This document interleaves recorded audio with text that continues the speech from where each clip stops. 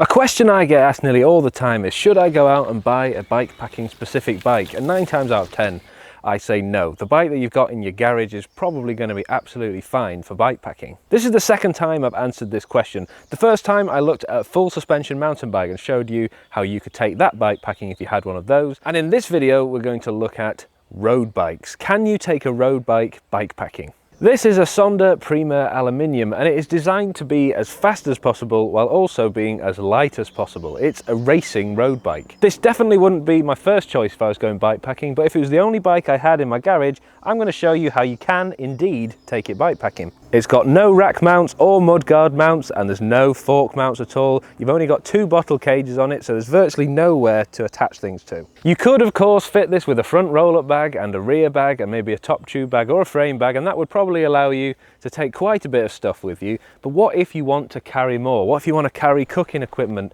or heavy sleeping gear for all season bikepacking? I'm going to show you how you can do that. And here we have it, the same Sonder Prima road bike I've kitted out with some bikepacking gear. Let's start at the front of the bike. I've attached a Topeak tour guide to this, which is from an old touring bike that I had in the garage.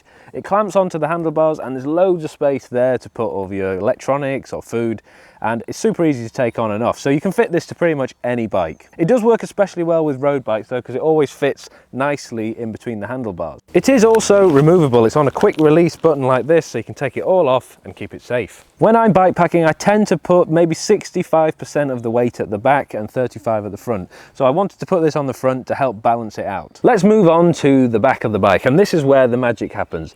I have been sent by Old Man Mountain this Elkhorn rack and juniper trunk bag, and it's a really cool system if you haven't got any rack mounts on your bike, because it screws into the through axle or to the quick release axle if you've got one of those, and then you can either clamp it onto the frame with the pucks that they provide, or in my case screw it on to the bike another way. If you find that you have got some pannier rack mounts at the top or mudguard mounts or something that allows you to clamp it on, do that, because it gives you extra stability, you can carry more weight.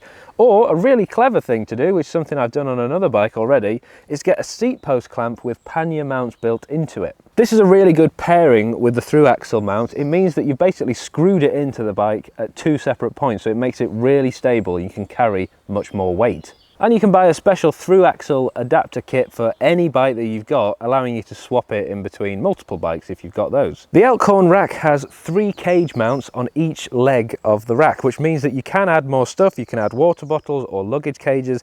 In this case, I've added an Alpkit passport cage and fitted these Alpkit Batonga bags to them. Now, you don't have to use this exact system. The rack will allow you to fit panniers or whatever else you wanted to fit to it, meaning you could use it for touring.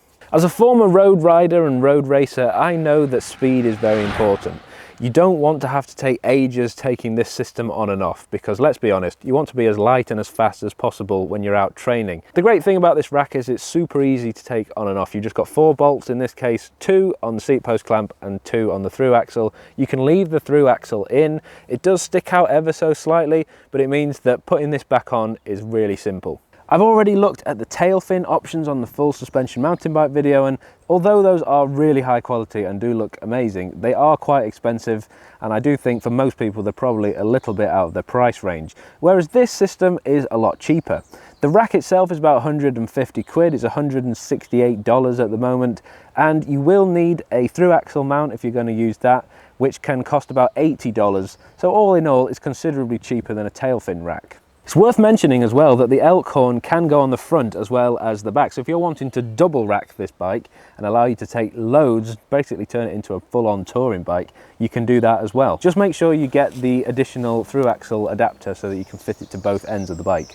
Do you go bikepacking on a road bike? Let me know your setup in the comments below. I'd love to hear from you. But I hope you enjoyed this little walkthrough of the Old Man Mountain setup, just to show you that you can indeed go bikepacking on a road bike. And just remember, although this is a great system, it's not right for everybody. There will be loads of different bikepacking options out there, including the tail fin option I've talked about before. I'll leave a link up there if you want to watch that. Thank you so much for watching, and I'll see you in the next video.